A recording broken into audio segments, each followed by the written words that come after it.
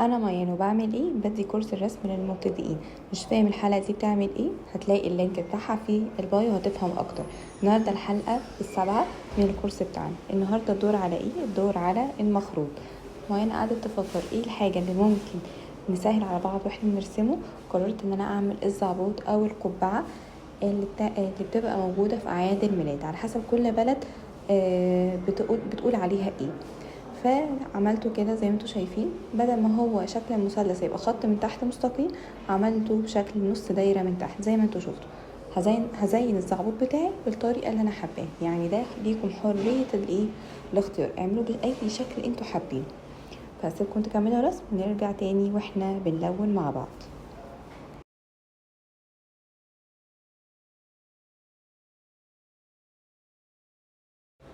طبعا عارفين ان انا بعد ما برسم بعمل ايه دلوقتي؟ بحدد الاول وبعد كده ببتدي الون. اول حاجه عشان اظهر الخطوط اكتر تبقوا شايفينها، وفي نفس الوقت بتدي الحاجه كانها 3D، كانها تخرج من الورقه. فركزوا وانتوا بتحددوا، بعد كده نرجع تاني مع بعض. اهم حاجه قبل ما اسيبكم متنسوش تجيبوا الورقه والقلم والوانكم علشان نرسم ونلون مع بعض. يلا يلا يلا.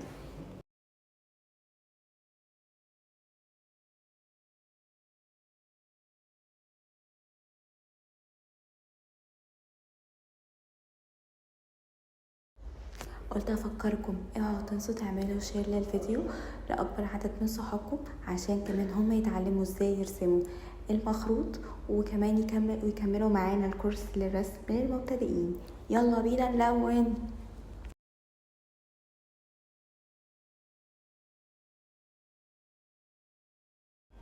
هفضل دايما اقول لكم الالوان دي لعبتكم، دخلوا الالوان اللي انتوا عاوزينها على بعض. مفيش حاجه بتقول لكم لا ما ينفعش، لا كل حاجه تجوز، كل حاجه ينفع تخلطوها على بعض، وكل حاجه ينفع تجربوها على بعض. يعني دلوقتي انا عملت شكل المثلث ده درجه من درجات الازرقات. بعد كده بقى نبتدي بقى ندخل الالوان على بعض بقى. بصوا بقى، اصبروا اصبروا اصبروا، خليكم مركزين معايا وانا بلون. دلوقتي لونت الدوائر باللون الاحمر.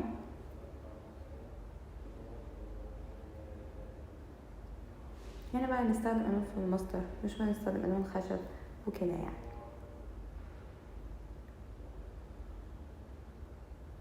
نيجي هنا برضو هنلون الجزء اللي فيه الزينة بتاعة المخروط او الزعبوط بدرجة من نفس درجة اللون الازرق او درجة من درجات اللبني اللي لونت بيها شكل المثلثات اللي فوق.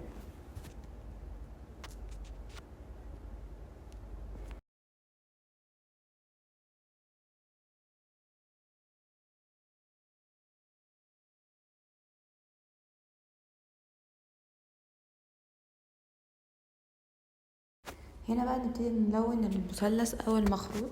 هتلاقوني بقى حطيت من فوق هنا درجة من درجات الفوشيا، لوني بلون بيها كده، وهتلاقوني بلون بخطوط كده بطريقة معينة عشان اعرف ادخل الالوان في بعض. بصوا كده كده اللون الاحمر اللي انا لونته ده لون فلوماستر، فانا اذا لما هجيب عليه الوان خشب مش هيحصل اي مشكله. بعد كده بدات بقى احط درجه من درجات اللبني الفاتحه زي ما انتوا شايفين كده في الخطوط اللي بين الخطوط اللي انا سايباها فراغ كده باللون الابيض، هي دي اللي حطيت فيها درجه اللبن، وبدات ادخل الالوان وادمجهم في بعض. يا جماعه دي الرسمه بتاعتكم، لونوها باي الوان انتوا حابينها، مش معنى انا لونت بالالوان دي معنى كده هي دي بس، لا. لونوا لو انتوا بتحبوا الاحمر بس، بتحبوا لبنيات بس، بتحبوا الموفات بس، لونوها بكل الالوان اللي انتوا حابينها. بصوا بعد كده دخلت تاني درجه بقى من درجات البينك. بصوا هو لون فوق الازرق عادي. بعد كده دخلت بقى درجه من درجات الموفات. بصوا بنفس طريقه الخطوط برضو بدخل على لبني عادي عشان ادمجهم ببعض واعمل غنى لوني زي ما احنا اتفقنا. سيبكم كده انتوا بتلونوا وارجع لكم كمان شويه.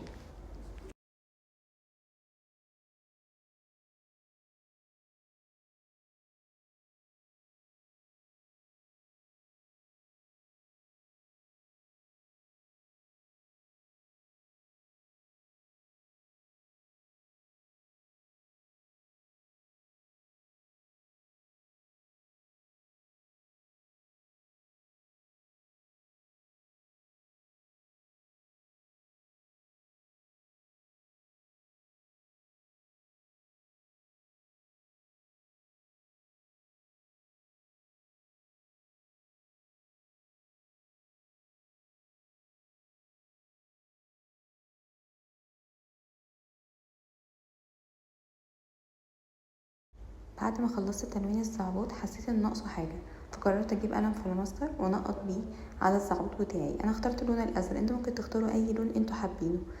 بس فيا رب تكون الحلقه السابعه من كورس الرسم للمبتدئين عجبتكم، واشوفكم في حلقه جديده من الكورس بتاعنا. باي باي.